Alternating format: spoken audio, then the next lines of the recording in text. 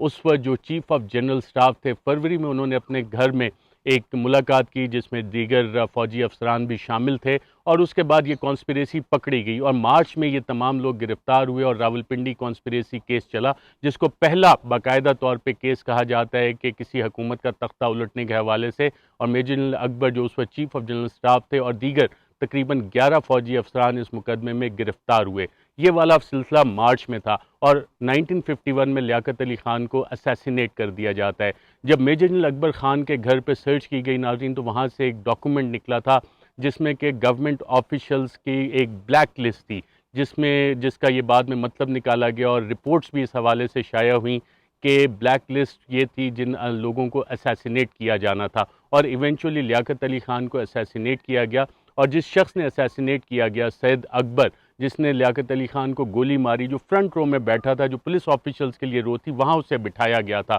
اور حکومت پاکستان نے اس وقت یہ بیان دیا جناب سید اکبر تو ایک افغان نیشنل ہے، لیکن بعد میں یہ چیزیں سامنے آئیں کہ سید اکبر جو تھا اسے تو حکومت پاکستان کی طرف سے وظیفہ بھی مل رہا تھا، 455 روپے کا وظیفہ سید اکبر کو مل رہا تھا، اور جن پولیس افسران نے سید اکبر کو مارا انہوں نے بعد میں یہ بیان دیا کہ جی ہمیں احکامات دیے گئے تھے کہ سید اکبر کو قتل کر دو، اسی وقت مار دو، جو اسیسن تھا لیاقت علی خان کا۔ اور اس پہ ایک اور اتفاق یہ ہوا کہ Gurmani versus Z A Suleri ایک کیس تھا جو ہائی کورٹ میں چل رہا تھا، جب وہاں پہ لیاقت علی خان اسیسینیشن کیس کی فائل منگوائی گئی تو عدالت کو بتایا گیا نا وہ فائل بھی گم ہو گئی ہے، تو اس طرح اس اسیسینیشن کو کور اپ کر دیا گیا۔ اور جب ہم آگے آ کے چیزوں کو دیکھتے ہیں تو محترمہ فاطمہ جناح، ان کا انتقال جن حالات میں ہوا، اس حوالے سے خبریں آئیں باقاعدہ طور پہ، عدالتوں میں کیس فائل ہوئے کہ محترمہ فاطمہ جناح کو قتل کیا گیا، اور محترمہ فاطمہ جناح کی جو باڈی ہے اس کے آخری رسومات جو تھے، آخری دیدار وہ کرنے کی بھی اجازت نہیں دی گئی، اور محترمہ فاطمہ جناح اس وقت ایوب خان کے خلاف الیکشن بھی انہوں نے لڑا، ان کے خلاف کیمپین بھی کر رہی تھی قائد اعظم کی بہن، اور ان کی تقاریر باقاعدہ طور پہ ریڈیو پاکستان میں سینسر بھی کی گئیں۔ اگر ہم تاریخ کا پہیہ تھوڑا آگے لے کے آتے ہیں تو عمران خان نے چکوال کے جلسے میں بھی ذکر کیا کہ ذوالفقار علی بھٹو کے ساتھ ان کے اختلافات ہو سکتے ہیں، لیکن ذوالفقار علی بھٹو ایک خوددار آدمی تھا، اور لوکل غداروں نے ذوالفقار علی بھٹو کو بھی سیاست کے راستے سے ہٹا دیا، ان کو عدالتی قتل کیا گیا۔ اس حوالے سے سپریم کورٹ آف پاکستان میں بابر اعوان نے ایک ریفرنس بھی فائل کیا تھا کہ اس فیصلے کا ریویو کیا جائے، لیکن وہ آج تک ریفرنس جو فائل کیا گیا تھا سرکاری طور پہ، اس وقت پیپلز پارٹی کی حکومت نے فائل کیا، وہ آج تک پینڈنگ پڑا ہے۔ مرتضیٰ بھٹو کا آپ کیس دیکھ لیں ناظرین، مرتضیٰ بھٹو جنرل ضیاء الحق کے خلاف باقاعدہ کیمپین کرتے رہے، اور مرتضیٰ بھٹو کو اس وقت اسیسینیٹ کیا گیا جب محترمہ بے نظیر بھٹو 1996 میں وزیر اعظم تھیں، اور اس وقت یہ اسیسینیشن عمل میں آئی، اور مرتضیٰ بھٹو کی اسیسینیشن میں جتنے بھی پولیس افسران ملوث ہیں ان میں سے اکثر کو ترقی دی گئی، اعلیٰ عہدے دیے گئے۔ پھر محترمہ بے نظیر بھٹو کی اسیسینیشن کا کیس جب آپ دیکھتے ہیں تو اس میں باقاعدہ طور پہ جو میٹنگز ہوئیں، جب سین آف کرائم جو ہے اسے دھویا گیا تو اعلیٰ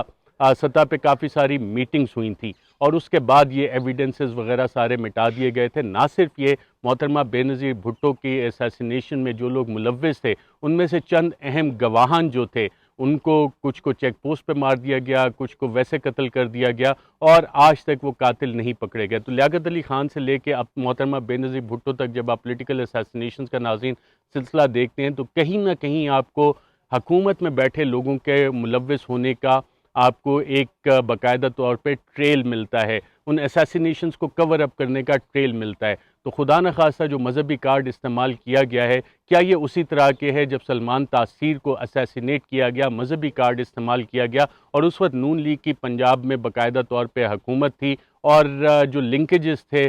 نون لیگ کے مختلف ایسے عسکریت پسند گروپس کے ساتھ، اس حوالے سے بھی چیزیں سامنے آئی تھیں۔ تو آج عمران خان کے خلاف جو ناظرین مذہبی کارڈ استعمال کیا گیا ہے یہ انتہائی ڈینجرس ہے، اور اس میں جو پچھلی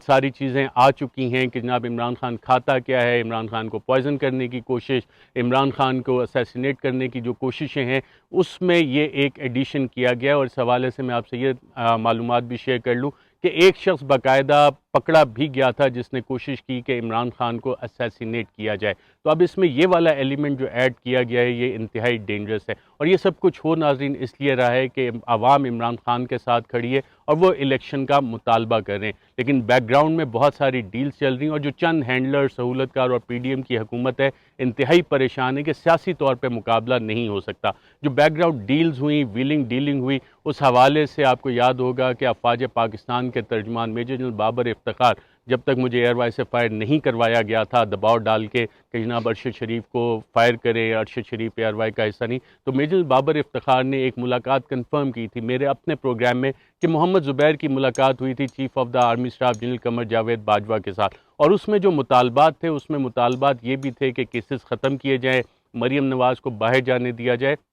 اور عدالتوں سے ریلیف لے کے دیا جائے. ایون فیلڈ کیس کا مقدمہ دوبارہ عدالت میں چل رہا ہے اور جو پروسیکیوٹرز ہیں اس حوالے سے ان کی جو کارکردگی ہے وہ ہم سب کے سامنے ہے. نیب قوانین میں ترمیم کے بعد وزیر اعظم جو کہ نہ صرف ملزم ہے، جو اس دن وزیر اعظم بنا جس دن اس پہ فرد جرم عائد ہونی تھی، ایک ملزم وزیر اعظم جو آج پاکستان کی مختلف فورمز پہ نمائندگی کر رہا ہے، وہ پروسیکیوشن ڈائریکٹلی اب وزیر اعظم کے اس وزیر اعظم کے رحم و کرم پہ. تو یہ وہ ٹیکنیکل جسٹس حاصل کرنے کی ناظرین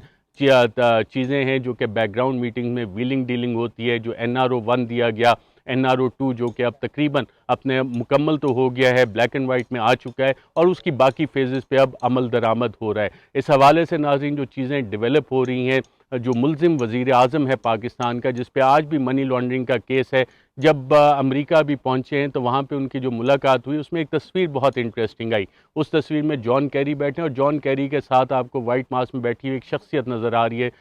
جس حوالے سے شیریں مزاری نے ٹویٹ بھی کیا، اور وہ شخصیت ہے ڈونلڈ لو. اور ڈونلڈ لو نے وہ رجیم چینج حوالے کے سے جو مراسلہ ہے جس کا 27 مارچ کو پہلی دفعہ عمران خان نے ذکر کیا اور یہ سوال اٹھایا تھا کہ وزیر اعظم تو میں تھا، تو یہ کس کو کہہ رہے تھے کہ عمران خان کو ہٹاؤ، جس حوالے سے اسپیکر قومی اسمبلی نے آنریبل چیف جسٹس کو وہ مراسلہ بھیجا اور کہا کہ جناب اس پہ آپ ایک تحقیقاتی کمیشن بنائیں، جس پہ صدر مملکت نے وہ خط بھیجا آنریبل چیف جسٹس کو ایک تحقیقاتی کمیشن بنائیں. تو وہ کون ہے جو یہ چاہتا ہے کہ عمران خان کو راستے سے ہٹایا جائے اور اس مراسلے پہ آج تک تحقیقات آگے نہیں چل سکیں؟ پاکستان میں ناظرین اس وقت جو حالات بن چکے ہیں وہ آپ کو نظر آ رہا ہے کہ شاید ایک ریولوشن کی طرف جا رہے ہیں، وہ ایک انقلاب کی طرف جا رہے ہیں اور اس انقلاب کا راستہ روکنا ہے. اگر آپ انقلاب فرانس کو دیکھیں تو وہاں پہ جو حالات تھے، کرپشن وہاں پہ تھی، مہنگائی وہاں پہ تھی، اور کنگ لوئی دا 15 اور کنگ لوئی دا 16 جو وہاں پہ لوگوں کے ساتھ کر رہے تھے، ایونچولی پھر لوگ کھڑے ہوئے